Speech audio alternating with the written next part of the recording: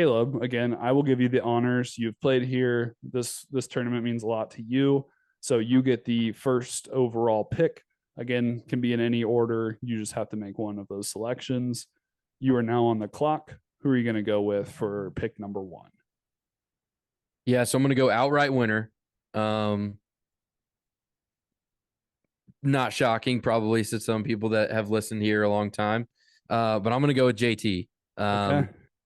After Thursday's round at Pebble, I saw a stat that said that all of all the rounds that he's played in 2024 or the 2024 season, he's made a birdie on like 28% of them, which is just wild to me. Like just making that many birdies. And I don't think he played bad necessarily this past weekend. Was in the final group, 2 weeks ago. So yeah, I think JT gets it done in the desert. Okay, so what we didn't explain beforehand is that when you do make a pick, I can't make that same pick. So you did take one of my options for the outright winner. I also like JT for this weekend. I like him as an outright winner. So what I'll follow up that with, it's now back to me for I get to make two selections back to back since we're doing a snake draft. I'm going to go JT top five. That's plus 260 odds on FanDuel. So, decent odds for him to be in the top five. Doesn't have to win, of course, in that one. So I'm going to take that there. So we both win if he wins for at least that bet. But clearly, the odds are a lot better for an outright winner bet than a top five bet. But For he sure. is kind of, I think, last time I saw, he was like plus 1,000 on FanDuel. Is it still kind of looking like that? So let's see. I'm looking at CBS Sports, and they have him as at plus 1,000 Okay. for number two So in the field. definitely one of the shorter odds in the field, but it's testament to how he's been playing lately, and it's exciting to see for both of us as JT fans. All right, Caleb, I'm gonna follow up with the next pick, and I think you're gonna hate it, but I gotta make it anyways. I'm going Tom Kim top 10 plus 350 on FanDuel for my second pick, and Dude, I text I you and T that day. yeah. I made like a 7 or 8 leg like top 10 or top 20 parlay. Um, it would have paid out probably like $5,000, $6,000 off of like $1, $2, whatever it was. Um, and although I didn't hit all of them, so it wouldn't have mattered anyway. Tom Kim just let me down so hard. Like I had him, I was confident, like, oh yeah, he'll be fine. And then he got like tied for 47th. I'm like, I texted you guys right away. I said, I'm never betting on this dude again. Can't do so it. so I had to do it. I'm putting faith in him.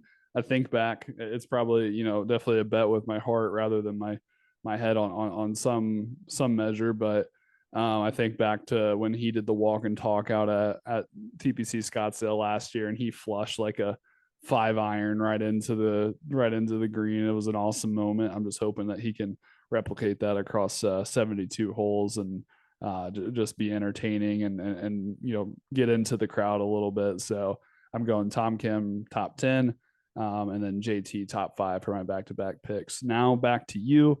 You get two picks. You already did your outright winner. Who are you going with first? I'll just go in order. Why not? Okay. We'll take Scotty top five. Okay. I feel like that's a safe bet.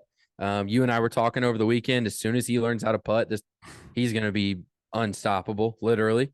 So hopefully he can figure out how to putt this weekend. Give me a top five. Let's see. For top 10, going a little bit of a sleeper here. Pulling, not quite going as crazy as Tom Kim, but gonna go Sahith Theegala. He's Ooh. he almost won there. Yeah. That's where when Netflix was following him on Full Swing, they really highlighted that course and that tournament for him. So yeah, I think that's a good one. I believe it looks like he has the same odds to win as Tom Kim, but I don't care. He's better than Tom. So yeah, we're gonna go Sahith top 10. I like that one. Whenever I still remember when he choked that. I still remember you and I think texting about it and just being like, man, what a I think like Amelia cried, dude. Yeah, probably. I mean, it was just like, She was upset, like yeah, genuinely heartfelt upset that he wasn't able to get it done. yeah, no, it was something that's gonna haunt him for a long time. So, but hopefully he can make up for it here, here at back at the same course in 2024. So, all right, back to me. My final two picks. I have my top 20 and my outright winner left. I am gonna go outright winner sleeper pick Minwoo Lee plus 3,000. Let him cook. Yeah, I think he's gonna thrive in this environment. I believe it is his first time ever playing here, so clearly some concern there. But again, we were just talking about the gala, and like he did that as a rookie, and was in a position to almost win that. So I don't think the course history matters as much. I just think that he's gonna thrive in this environment, and I think those are really good odds for old Minwoo Lee. We've seen him get off to hot starts in a lot of these majors and different tournaments before. So hoping that he captures that and is able to sustain it throughout the weekend. And then for my top 20, I'm going to ride the hot hand a little bit. I'm going Wyndham Clark. It's plus 135 for my top 20. Again, it's very hard to compete back to back tournaments, especially with the 60 that he put up. But he did not have to play on Sunday. It was only 54 holes, and so a little more rest. Was able to win, but it's like he went out there and won it, but he didn't necessarily know in the moment that he was winning it.